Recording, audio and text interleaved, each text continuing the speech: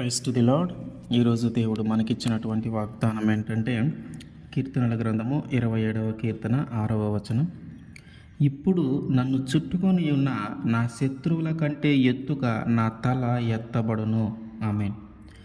మన చుట్టూ ఉన్నటువంటి మన శత్రువులను చూసి వారు మాట్లాడే మాటలకు, వారు వేసే నిందలకు మన తల దించుకొని బ్రతుకుతూ ఉన్నటువంటి మన జీవితంలో దేవుడు చేయబోతూ ఉన్నటువంటి కార్యం ఏంటంటే మన తల ఎత్తుకుని మనము జీవించేలాగా ఆయన మన జీవితాన్ని మార్చబోతూ ఉన్నాడు.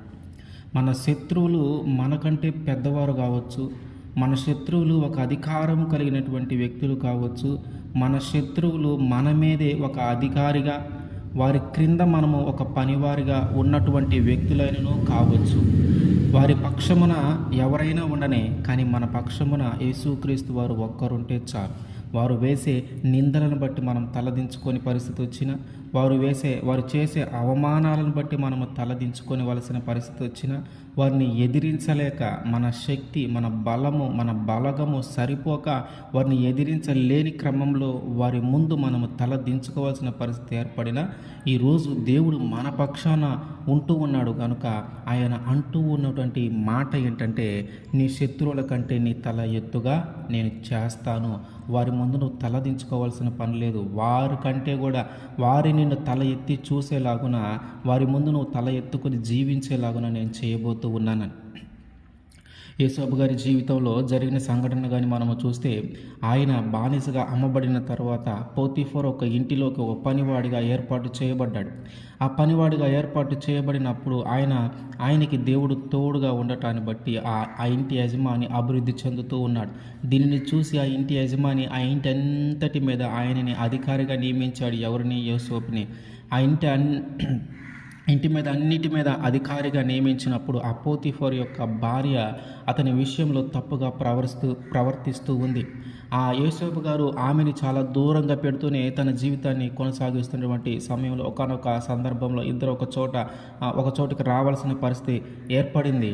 ఆ సమయంలో ఆమె అతన్ని బలవంతం చేయబోయింది, కానీ ఆయన అక్కడి నుంచి తప్పించుకొని వెళ్ళిపోయాడు. కానీ తన యజమాని ఇంటికి వచ్చిన తర్వాత యోసేపు మీదే ఆయనే నన్ను బలవంతము చేయబోయాడని తన యొక్క భర్తకి, ఆ ఇంటి యొక్క యజమానికి తెలియజేసింది.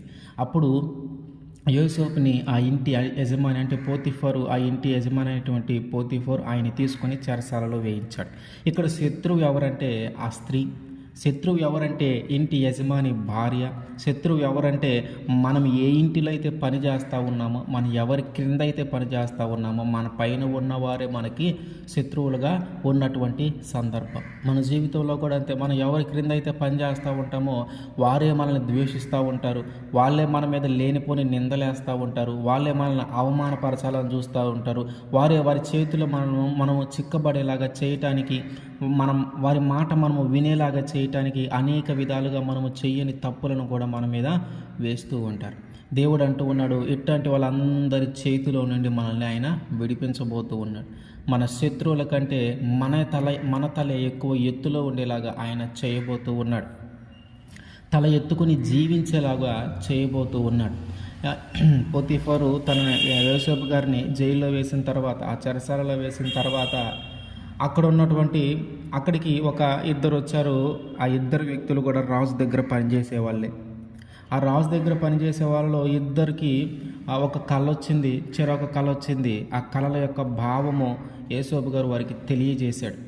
ఆ కళల యొక్క భావము కూడా తెలియజేసే ఒక భాగ్యము, ఒక జ్ఞానము, ఒక వరము దేవుడు యోసేపు గారికి అనుగ్రహించాడు. అందులో ఒకటేంటంటే ఆదికాండము 40:13 వచనం, ఇంక 3 దినములలోగా ఫరో నీ తలను పైకెత్తి నీ ఉద్యోగము నీకు మరలా ఇప్పించును, నీవు అతనికి పానదాయకుడిపై యున్ననాటి మర్యాద చొప్పున ఫరో గిన్నెను అతని చేతికి అప్పగించెదవు. ఈ భావము యేసోబు గారు ఎందుకు చెప్పాడంటే, ఈ పానదాయకుల అధిపతి ఒక కళ చెప్పాడు. అతనికి వచ్చిన కళ ఏంటంటే, మనం ఒకసారి చూస్తే ఆదికాండము 40:9 నుంచి, అప్పుడు పానదాయకుల అధిపతి యోసేపును చూచి, నా కలలో ఒక ద్రాక్షావల్లి నా ఎదుట ఉండెను. ఆ ద్రాక్షావల్లికి 3 తీగలుండెను. అది చిగురించినట్టు ఉండెను. దాని పువ్వులు వికసించెను. దాని గెలల నుండి ద్రాక్ష ఫలములాయెను. మరియు ఫరో గిన్నె నా చేతిలో ఉండెను.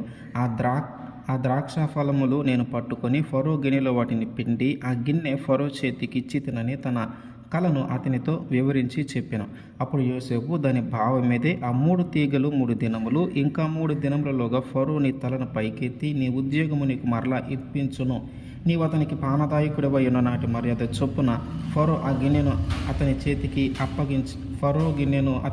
అప్పగించేదవు. కాబట్టి నీకు క్షేమము కలిగినప్పుడు నన్ను జ్ఞాపకము చేసుకుని నా యందు కరుణించి ఫరోతో నన్ను గూర్చి మాటలాడి ఈ ఇంటిలో నుండి నన్ను బయటికి రప్పించుము. అంటే అక్కడికి ఇద్దరు వచ్చారు, ఫరో కింద పనిచేసేటటువంటి వ్యక్తులు. వారిలో ఒకరు తప్పు చేశారు, ఒకరు తప్పు చేయకుండానే యోసేపులాగే తప్పు చేయకుండానే శిక్ష అనుభవిస్తూ ఉన్నారు చెరసాలలో. ఈ ఇద్దరికి వచ్చిన కళల భావాలు వివరించిన తర్వాత ఈ పానదాయకుడు అధిపతికి వచ్చిన కళ, అంటే అతను తప్పు చేయకుండా శిక్ష అనుభవిస్తూ ఉన్నాడు కనుక అతని యొక్క కళను, ఇద్దరి కళను వివరించి చెప్పాడు. ఇతని యొక్క కళ ఏంటంటే తిరిగి అతని ఉద్యోగం అతన్ని పొందుకుంటాడని. పొందుకున్న తర్వాత నన్ను జ్ఞాపకం చేసుకోమని చెప్పాడు. సరే, యోసేపు ఏదైతే కళ యొక్క భావాన్ని చెప్పాడో అట్లాగే జరిగింది. 3 రోజులకి ఆ పానదాయకుల అధిపతి తిరిగి తన యొక్క ఆ ఉద్యోగంలో చేరాడు రాజు కింద. ఇది జరిగిన తర్వాత కొన్ని రోజులకు మళ్ళీ రాజుకు ఒక కళ వస్తుంది. ఆ కళ యొక్క భావాన్ని వివరించి చెప్పడానికి తన దగ్గర పనిచేసే వాళ్ళు కానీ, తన దగ్గర ఉన్న మంత్రులు కానీ, ఆ జ్ఞానము కలిగిన వాళ్ళు కానీ, ఆ వేదాలు లేదా ఇట్లా గొప్ప గొప్ప జ్ఞానాలు కలిగినటువంటి వ్యక్తులు కానీ ఎవరు కూడా దానిని చెప్పలేకపోతూ ఉన్నారు. ఆ చెప్పలేకపోతున్నటువంటి సమయంలో ఈ పానదాయకుల అధిపతికి అప్పుడు యోసేపు గుర్తొచ్చాడు. యోసేపు గుర్తొచ్చి రాజు దగ్గరికి వెళ్ళి, అయ్యా నేను అంతకుముందు నన్ను చెరసాలలో వేశారు కదా, వేసినప్పుడు అక్కడ ఒక యోసేపు అనే ఒక వ్యక్తి ఉన్నాడు. అతను కళల యొక్క భావాన్ని చక్కగా వివరించి చెప్పగలడు. ఇదిగో నేను ఆ భక్షాకారుడు అధిపతి ఇద్దరు కూడా కళలు కన్నప్పుడు ఆయన వివరించి చెప్పాడు. దాని యొక్క భావము మాకు చెప్పినప్పుడు దాని ప్రకారమే మా జీవితాల్లో జరిగినాయి కనుక మీరు అతన్ని పిలిపించమంటే అతన్ని పిలిపించి విచారించి అతను దగ్గర మీ యొక్క కళ భావాన్ని తెలుసుకోండి, అతనికి తెలిపి దాని యొక్క భావాన్ని తెలుసుకోండి అంటే అప్పుడు రాజు అంటే ఫరో యోసేపుని పిలిపించి ఆయన యొక్క కళ భావాన్ని చెప్పి ఆ కళ యొక్క భావాన్ని చెప్పినప్పుడు యోసేపు గారు దానికి సంబంధించిన ఫరో కళను గురించి చెప్తే భావం చెప్పలేదు, రాజు కళను గురించి చెప్తే యోసేపు దాని యొక్క భావాన్ని గురించి చెప్పాడు. అసలు ఆ కళ ఏంటి, ఎందుకు వచ్చింది, ఏం జరగబోతుంది అనే విషయాన్ని యోసేపు గారు రాజుకు చెప్పాడు. ఆ తర్వాత ఆ బాధ్యత అంతా భరించేది ఎవరో అని ఆలోచించి ఇంకెవరో ఎందుకు, ఆ బాధ్యత నువ్వే తీసుకొని యోసేపు గారికి ఆ బాధ్యత అప్పచెప్పాడు. ఎంత బాధ్యత అంటే ఆ యొక్క దేశము మీద పండే పంటనంతా కూడా ఆయన జాగ్రత్తగా కాచి ఎక్కువ రోజులు నిల్వ చేసేలాగున, ఎక్కువ పంట దాచగలిగేలాగున చేయగలిగే ఒక అధికారం. ఇంకా ఎంతగా తనకు అధికారం కల్పించారంటే ఫరో అంతటి వ్యక్తిగా ఒక విధంగా చెప్పాలంటే రాజు తర్వాత రాజు, ఒక ప్రధానమంత్రి అన్నంత గొప్ప స్థానము యోసేపుకి కల్పించాడు ఫరో.